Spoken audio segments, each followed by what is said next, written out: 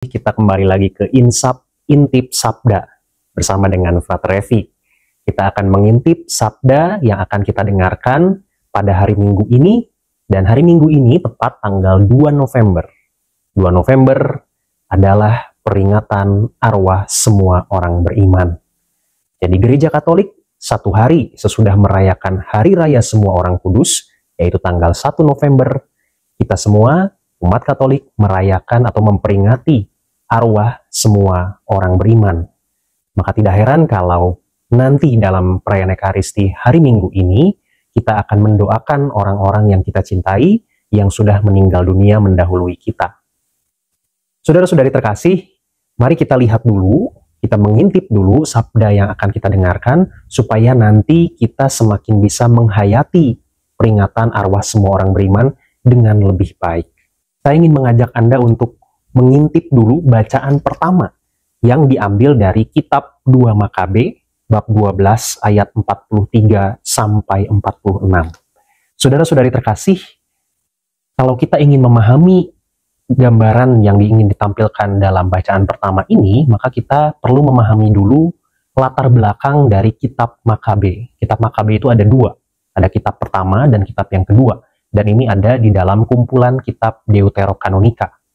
Saudara-saudari, di dalam kitab Makabe dikisahkan perjuangan orang-orang Yahudi yang latar waktunya itu sekitar kurang lebih abad kedua sebelum Masehi. Artinya 2 abad sebelum Tuhan Yesus dilahirkan. Maka sebetulnya ini adalah masa-masa peralihan menjelang perjanjian baru. Jadi masa-masa peralihan dari perjanjian lama menjelang mau masuk perjanjian baru. Karena hanya terpaut 2 abad sebelum Tuhan Yesus dilahirkan. Di dalam kitab Makabe yang dikisahkan adalah orang-orang Yahudi yang dikuasai oleh pemerintahan yang anti-Yahudi. Pemerintahan yang anti-Yahudi ini berusaha supaya orang-orang Yahudi ini tidak bisa beribadat sebagai orang Yahudi dengan baik. Tidak bisa menjadi orang Yahudi yang baik lagi. Kemudian dalam perjalanannya, singkat cerita, ada seseorang yang bernama Yudas Makabe. Yudas Makabe adalah seorang pemberani. Dia adalah seorang inisiator yang memulai, katakanlah, pemberontakan dalam arti yang positif.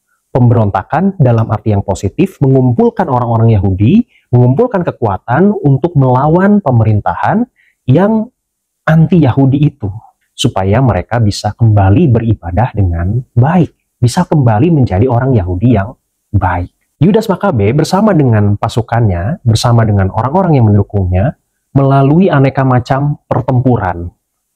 Ada banyak pertempuran yang dilalui, dan salah satunya adalah pertempuran yang dikisahkan dalam bacaan pertama ini. Pertempuran ini adalah pertempuran yang dimenangkan oleh pihak Yudas Makabe. Akan tetapi, namanya juga pertempuran, namanya juga peperangan, maka ada korban jiwa. Termasuk juga korban jiwa dari pihak Yudas Makabe. Ada tentara yang gugur dalam pertempuran, dikatakan demikian di dalam bacaan pertama.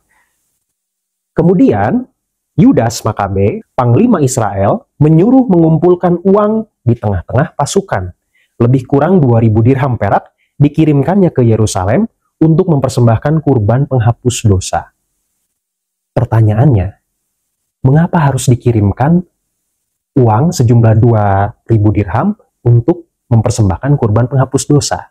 Saudara-saudari terkasih, bacaan pertama ini diambil dari ayat 43 sampai 46. Kalau kita melihat ke ayat 40 dari teks ini, maka kita akan menemukan di situ tertulis bahwa di balik jubah dari tentara-tentara ini ditemukan jimat-jimat berhala. Jadi, yang ingin dikatakan adalah bahwa tentara ini, yang gugur ini, mereka gugur sebagai orang-orang yang saleh, orang-orang yang setia dalam iman, karena mereka berjuang dalam peperangan, mempertahankan iman mereka sebagai orang Yahudi. Akan tetapi, ditemukan bahwa di balik jubah mereka ada jimat-jimat berhala. Bagi orang Yahudi, menyembah berhala adalah dosa yang besar, karena melanggar perintah pertama dalam 10 perintah Allah. Ini adalah dosa besar.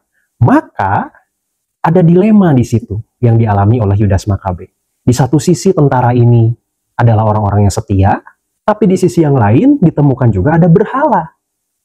Nah, ini menjadi dilema. Nah, maka Yudas Makabe berinisiatif gimana caranya supaya mereka yang wafat ini, mereka yang gugur dalam pertempuran ini, tidak berdosa di akhir hidupnya karena ada jimat, begitu. Dengan demikian, ia berinisiatif mengumpulkan uang dari antara pasukan yang masih hidup, kemudian terkumpul 2000 dirham, dikirimkan ke Yerusalem supaya menjadi kurban penghapus dosa, menjadi silih. Itu adalah salah satu cara bagi orang Yahudi untuk menghapus dosa. Ada salah satu kurban yang namanya kurban penghapus dosa. Dengan demikian, harapannya tentara-tentara yang gugur ini gugur sebagai betul-betul orang baik karena sudah dikirimkan kurban penghapus dosa untuk mereka.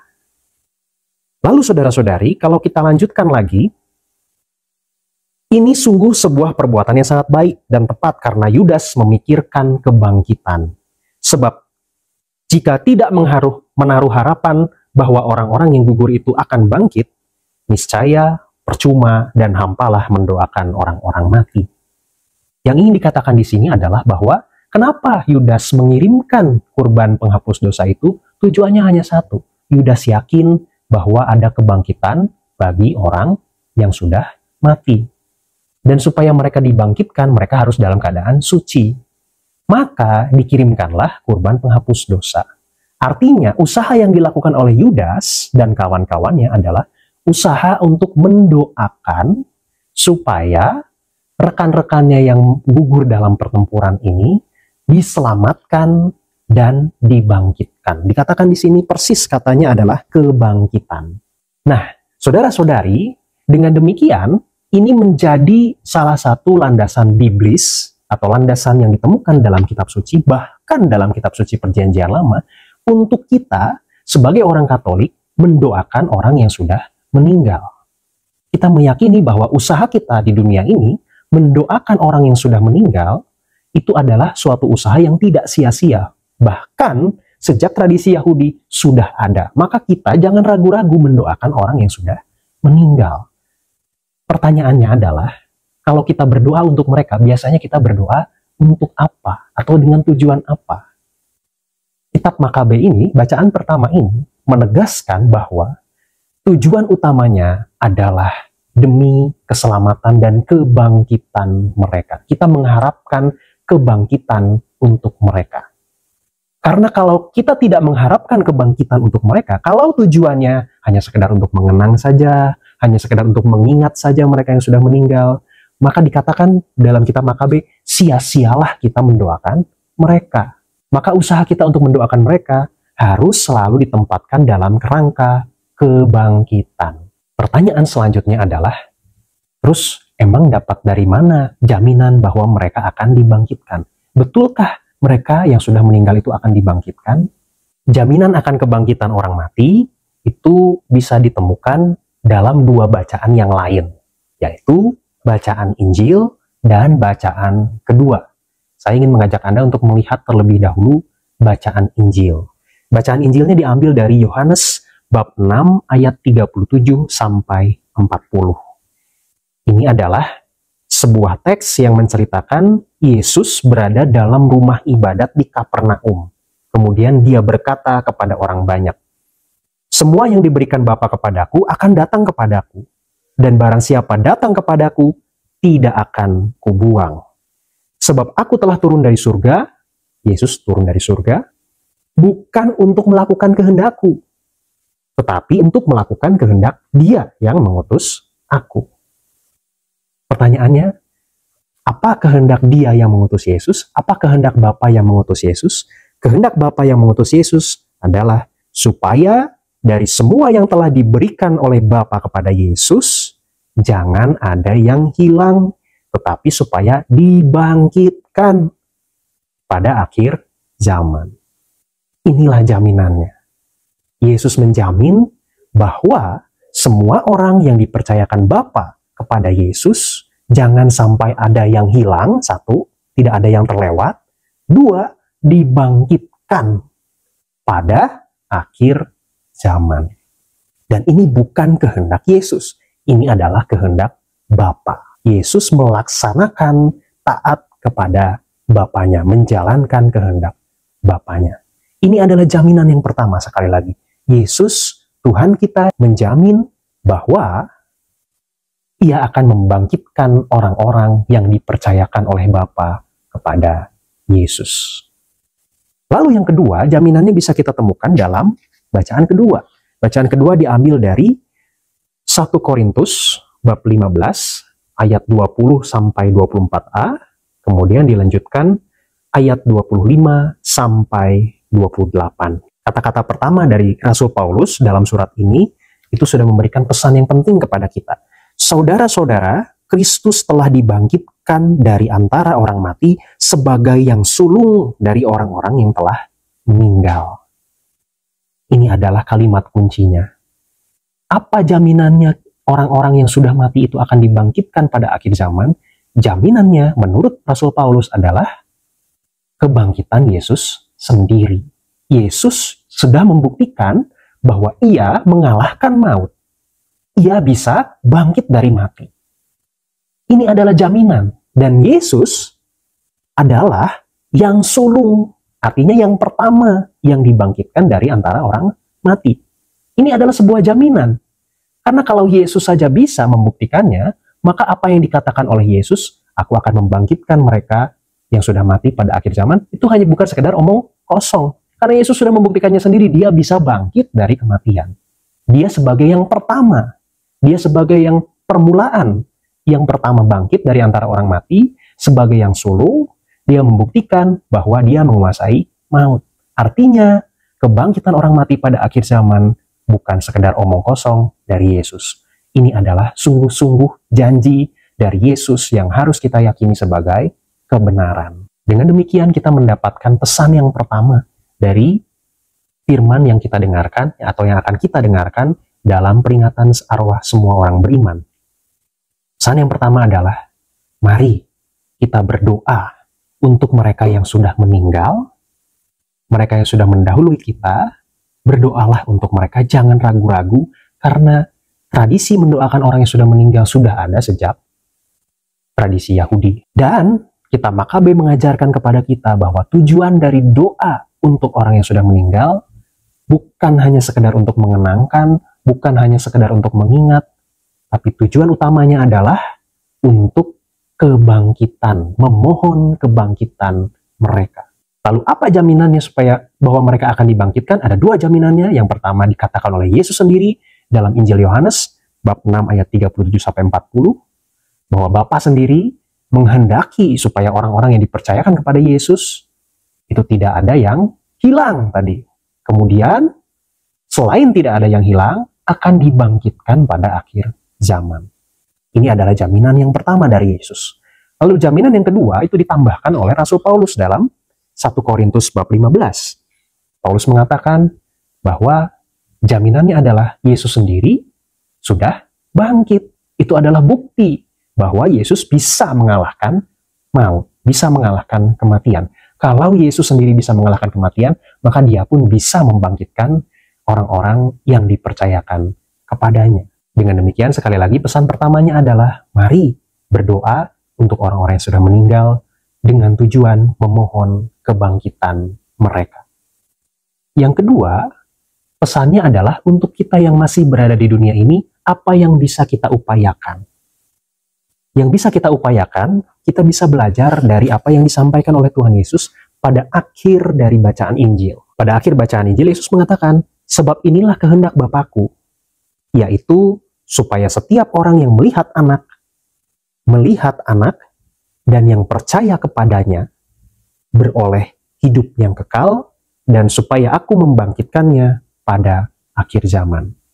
Pertanyaannya, untuk kita yang sekarang masih ada di dunia ini, apa yang bisa kita upayakan supaya kita juga ikut dibangkitkan pada akhir zaman?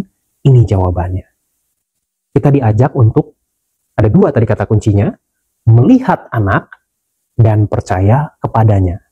Anak yang dimaksud di sini itu anak yang tercetak huruf besar, artinya anaknya adalah Yesus, Allah Putra. Melihat Yesus dan percaya kepadanya. Apa maksud dari melihat Yesus dan percaya kepadanya?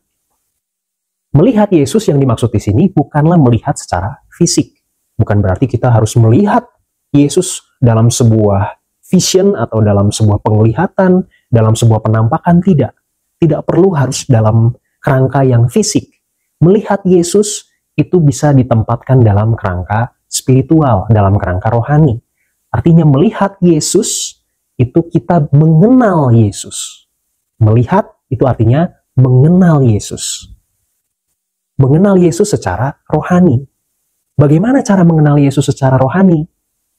Yang paling sederhana dalam kehidupan sehari-hari adalah lewat kehidupan rohani kita, lewat hidup doa kita. Kalau kita rajin berdoa, rajin berelasi dengan Tuhan, rajin berkomunikasi dengan Tuhan, maka kita pasti pelan-pelan akan semakin mengenal Yesus. Maka ajakannya untuk kita yang masih ada di dunia ini, supaya kita juga ikut dibangkitkan bersama dengan mereka yang dibangkitkan oleh Yesus, adalah belajar untuk semakin mengenal Yesus. Caranya apa? Rajinlah berdoa, rajinlah berefleksi. Berefleksi itu artinya apa sih? Artinya berusaha menemukan Tuhan, menemukan Yesus di dalam pengalaman sehari-hari.